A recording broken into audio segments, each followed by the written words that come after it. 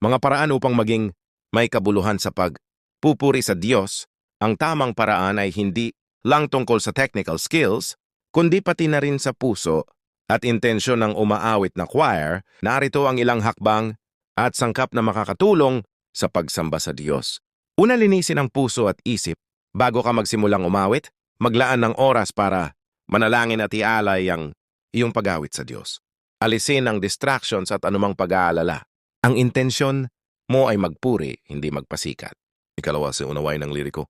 Basahin at pagnilayan ang kahulugan ng mga salita ang kanta. Mas madali kang makakonekta at makapagbigay ng emosyon kung naiintindihan mo ang mensahe.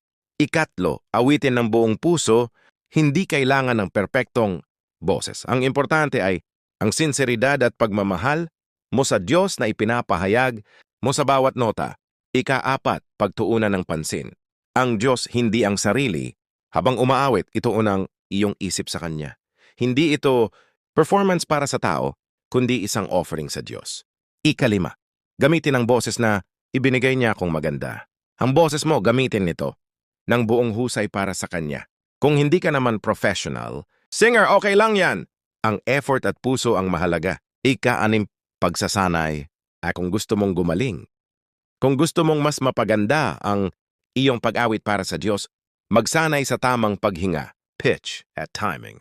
Ito ay para mas malinaw mong maipahayag ang mensahe.